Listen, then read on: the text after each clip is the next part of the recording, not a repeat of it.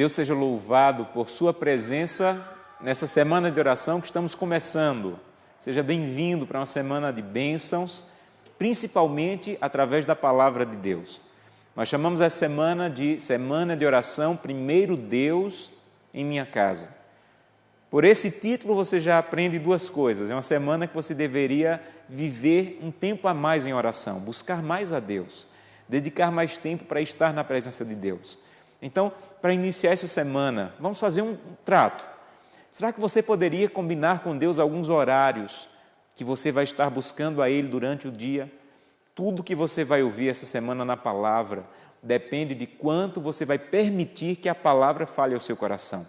Então, faça um plano essa semana de buscar a Deus de maneira mais intensa, passar mais tempo com Ele em oração.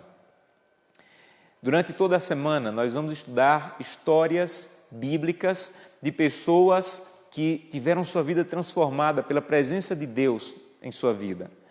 E o pensamento, a ideia e o desejo é que isso aconteça também na tua vida, na tua família, com os teus filhos, que as decisões que serão tomadas durante essa semana possam nos levar até a eternidade. Hoje nós vamos começar com uma história, uma das minhas preferidas na Bíblia. É a história de uma jovem órfã chamada Esther. E eu quero convidá-la a abrir a Bíblia no livro de Esther, capítulo 4. Vamos abrir? Esther, capítulo 4.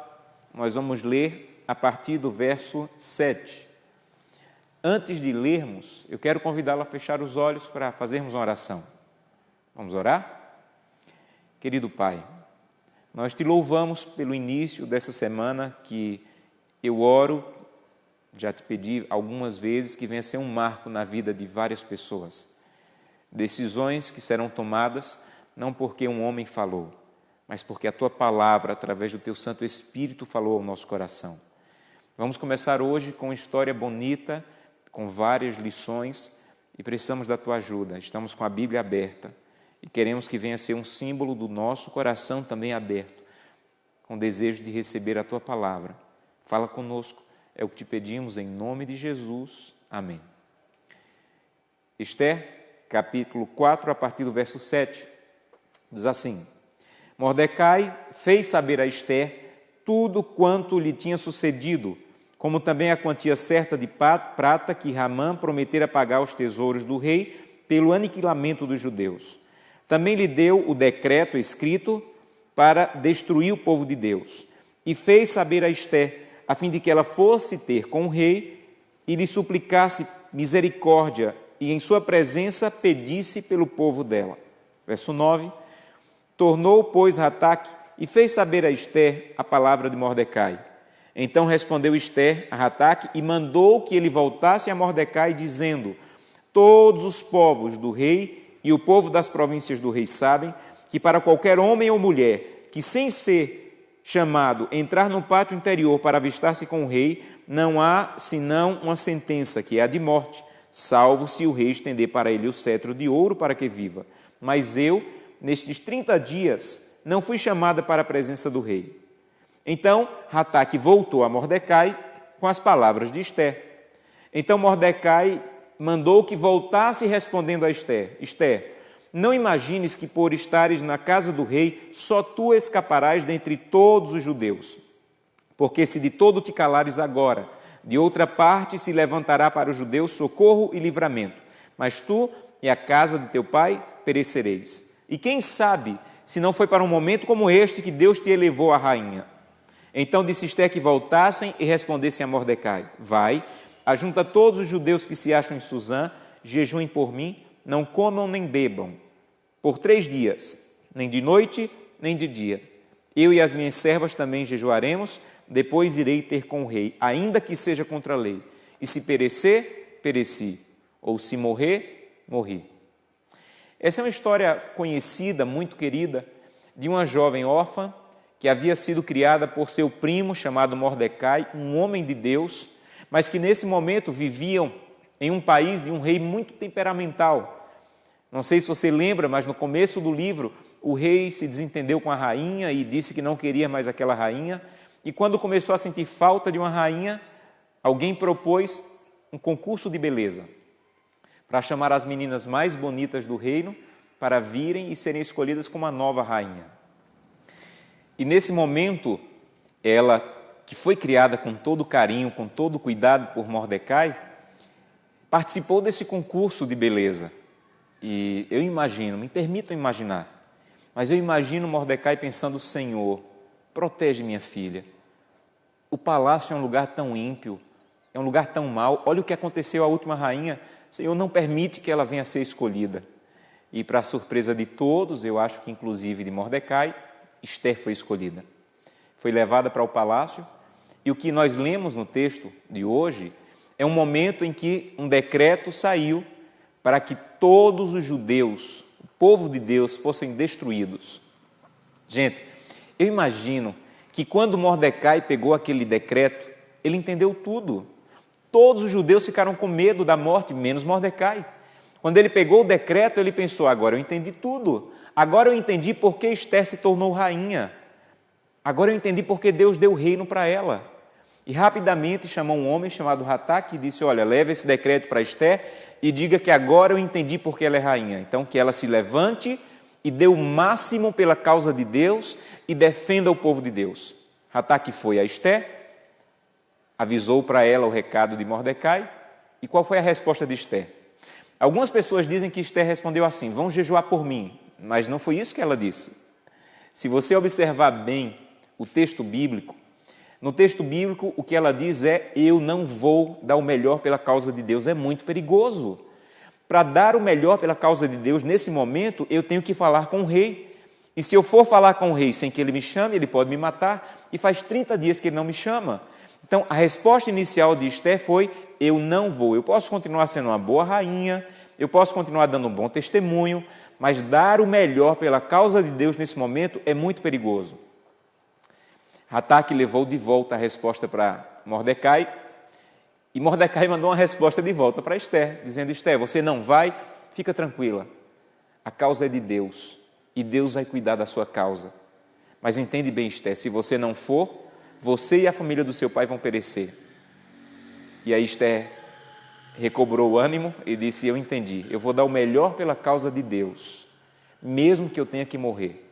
E se morrer dando o melhor pela causa de Deus, foi uma morte que valeu a pena. Quais são as lições que essa história quer nos ensinar? Veja bem, apesar de o livro de Ester estar numa parte histórica da Bíblia, o livro de Ester é profecia pura, do começo ao fim. Tudo o que aconteceu no livro de Ester, o grande conflito e o livro do Apocalipse dizem que vai acontecer com o povo de Deus nos últimos dias.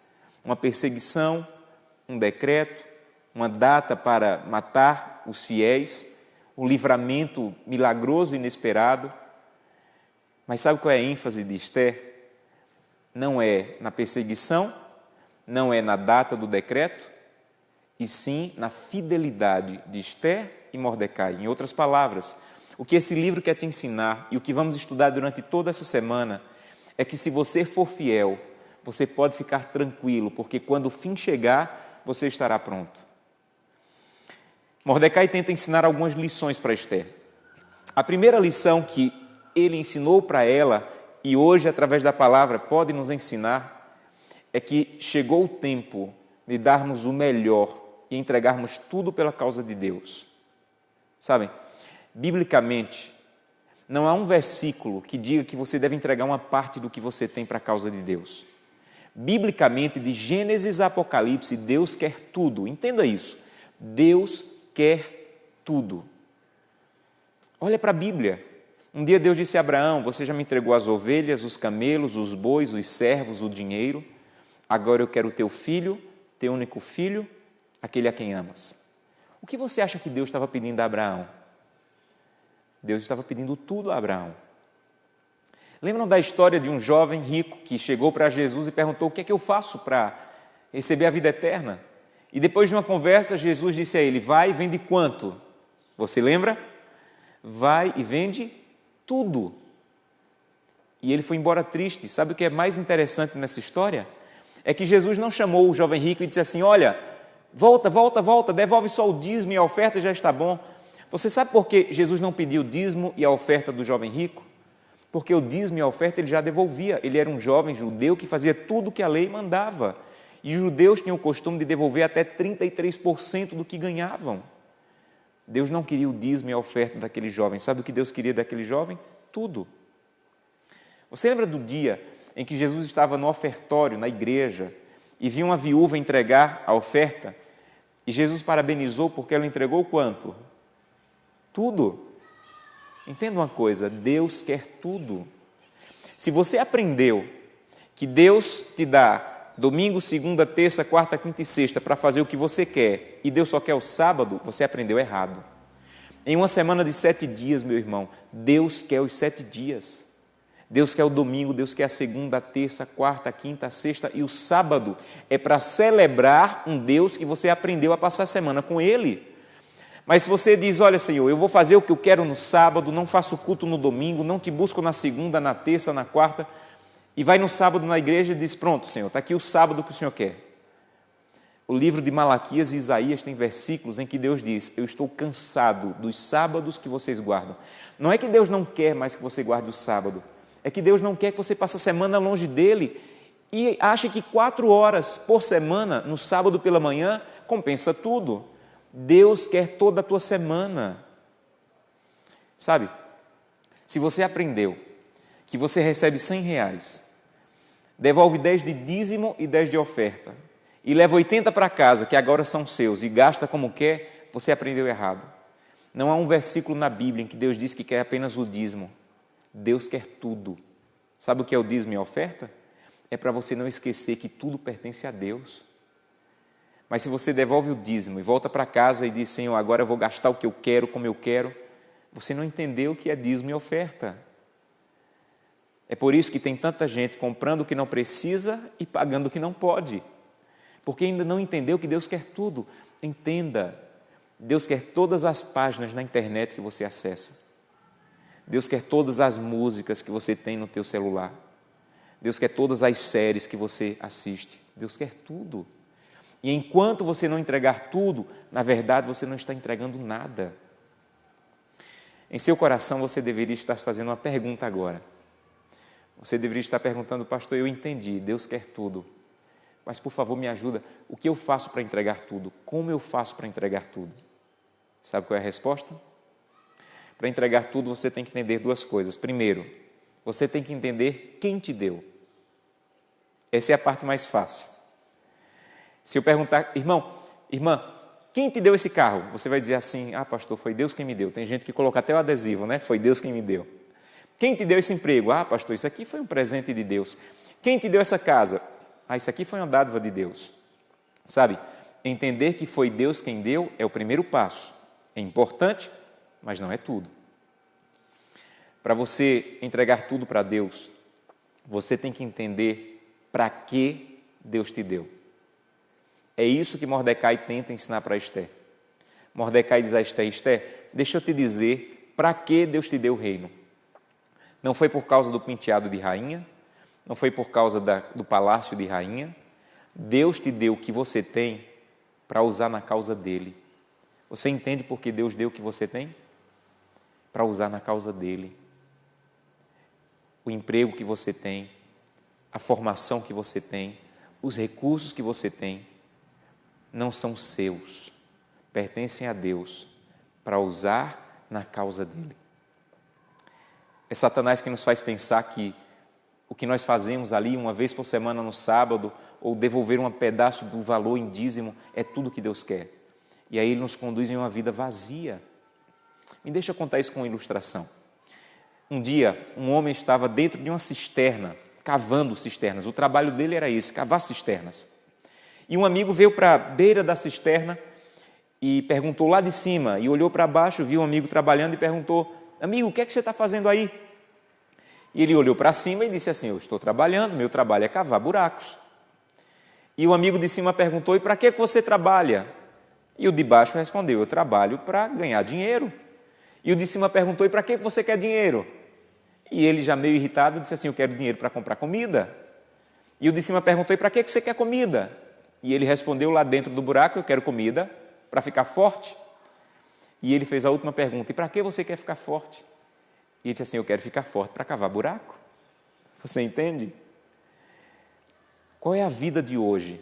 Não parece com isso? Acordar para trabalhar, para ganhar, para pagar a dívida antiga, para fazer dívida nova, para acordar, para trabalhar, para ganhar, para gastar. Isso é uma vida de cavar buracos. E Deus quer dar um propósito para a tua vida, e só tem uma maneira de dar um propósito para a tua vida. É que o que você tem e o que você é sejam usados para a causa de Deus. Um dia, Madre Teresa estava dando uma palestra para empresários e ela disse assim, olha, vocês têm que entregar muito para a causa de Deus, a causa de Deus precisa dos recursos de vocês. E o empresário disse assim, Madre Teresa, eu entendi o que a senhora está dizendo, mas por favor me ajude, eu sou um homem com muitas riquezas, até quanto eu devo doar para a causa de Deus? Sabe o que Madre Teresa respondeu? Sabiamente ela disse, doe até doer, doe até doer. E de tanto doar, um dia vai parar de doer e você vai começar a doar por amor. Eu quero convidá-lo nesse sermão a dizer, Senhor, eu estou doando as sobras. Eu estou doando as sobras do meu tempo, as sobras do meu recurso, a sobra dos meus dons. E eu quero entregar tudo, porque minha vida só vai ter sentido quando eu entregar tudo ao Senhor. Ainda há uma outra lição nesse texto. Você lembra que quando Esther disse que não ia, Mordecai falou duas coisas para ela. Primeiro, você não vai? Fica tranquila, a causa é de Deus. Em outras palavras, ele estava dizendo, com você ou sem você, Esther, a causa vai vencer, porque a causa pertence a Deus. Entende uma coisa, meu irmão? Entende uma coisa? Deus precisa de você, mas Deus não depende de você. Com você ou sem você, a causa vai vencer. Então, a questão não é quanto a causa precisa do pastor Josanã. Sabe qual é a grande questão? Quanto o pastor Josanã precisa da causa. Algumas pessoas que dizem assim, os jovens são o futuro da igreja. E eu vi um dia um pastor dizendo, eu não concordo com essa frase. E eu concordei com ele. Não é que os jovens são o futuro da igreja, é que a igreja é o futuro dos jovens. Querido jovem, você está me assistindo, você quer ter futuro? Se envolva com a causa de Deus. Porque a causa de Deus vai dar futuro, sentido e propósito à tua vida. Sabe? Uma terceira coisa você precisa entender nessa história. Mordecai disse assim, Esther, você não vai? Deus vai dar um jeito, porque a causa é dele.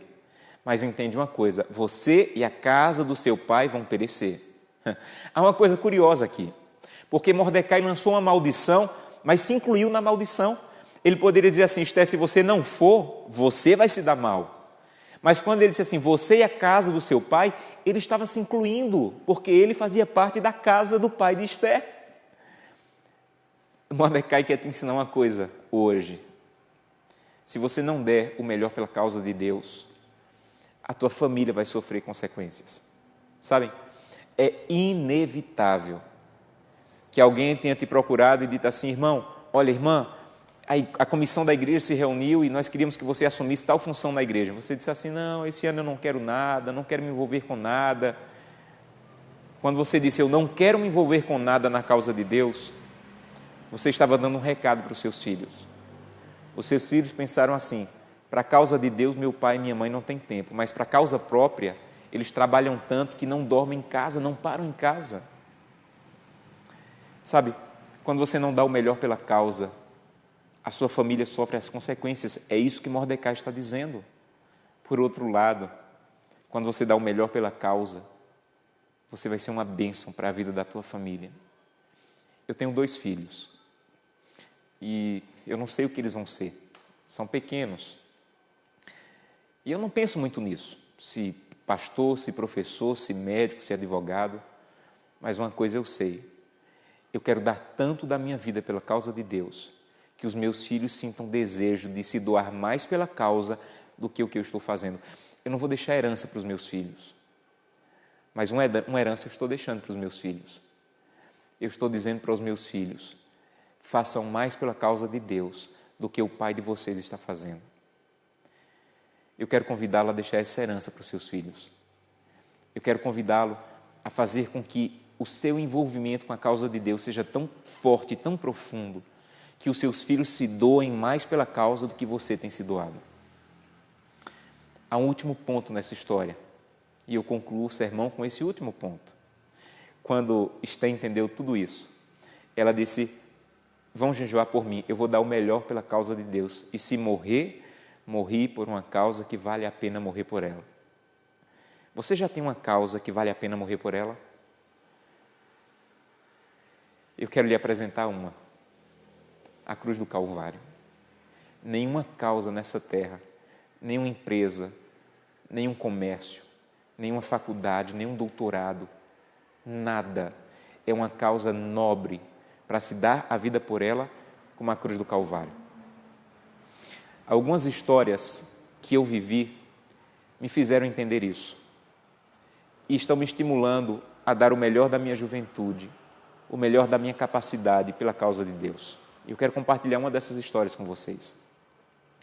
Há um tempo atrás eu fui convidado para fazer uma semana de oração em uma cidade, e na primeira noite era uma semana em que as pessoas iriam tomar decisões pelo batismo, e a primeira noite eu fiz um apelo para quem estava decidido a tomar a decisão pelo batismo.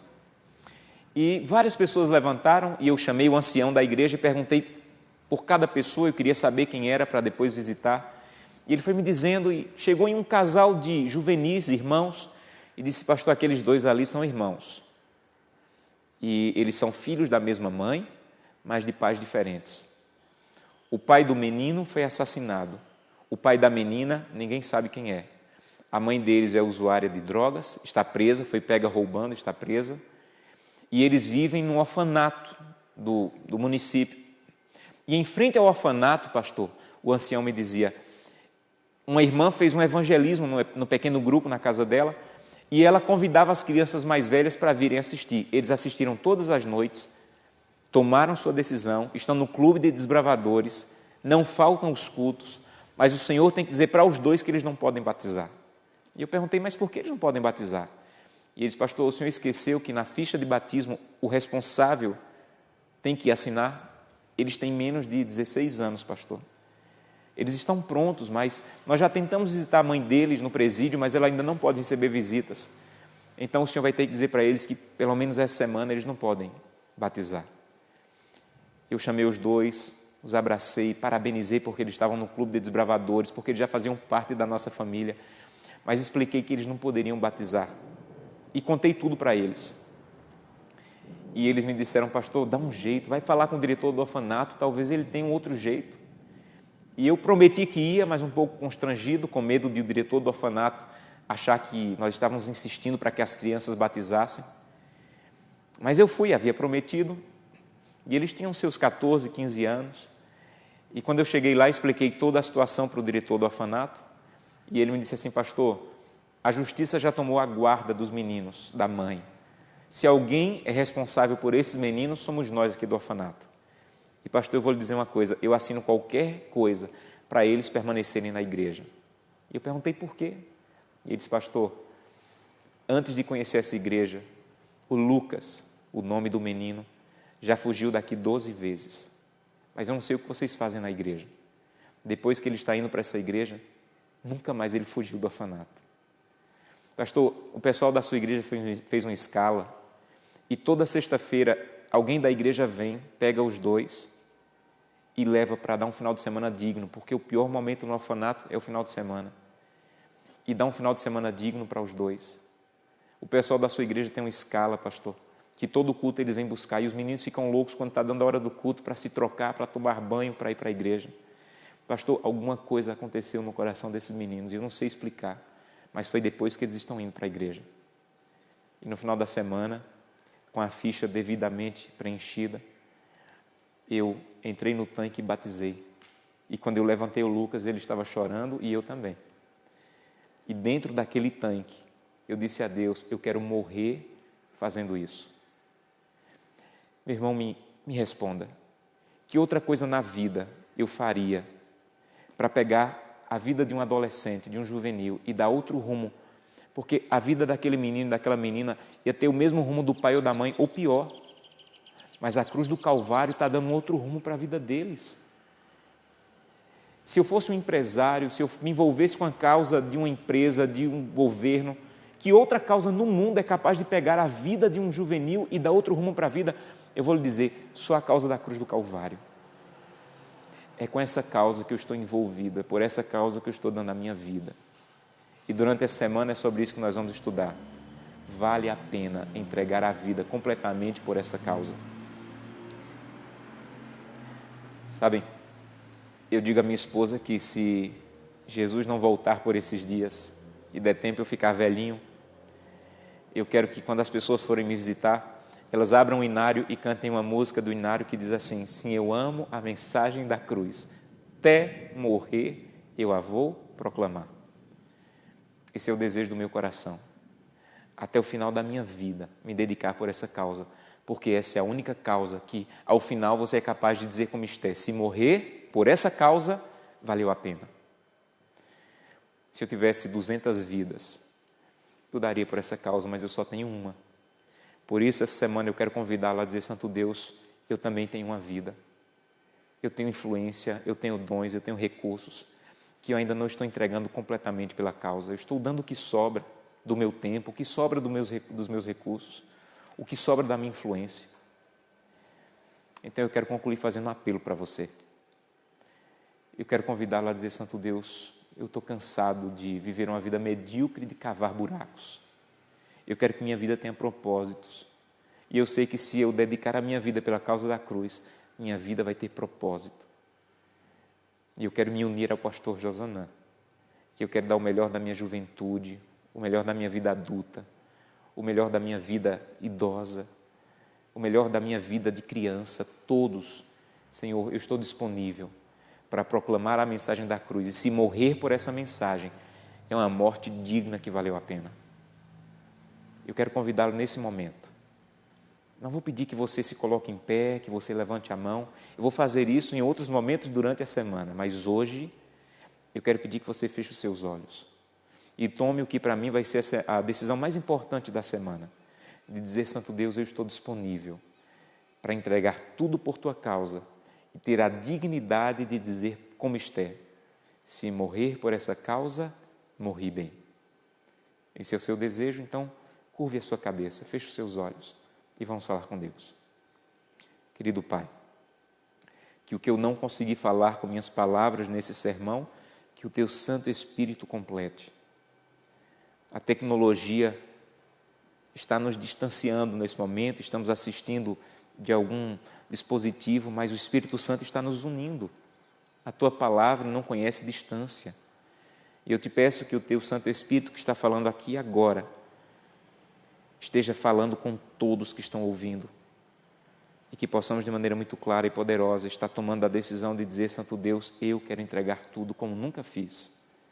Eu sempre dei a sobra do meu tempo, da minha influência, dos meus recursos, mas hoje eu estou tomando a decisão. Eu quero entregar tudo por uma causa que vale a pena até morrer por ela. Mas muito obrigado, porque até esse momento o Senhor não está nos pedindo para morrer por ela, mas para viver por ela. Então nos dá a honra e a capacidade de viver por essa causa, até o último dia, quando a trombeta soar.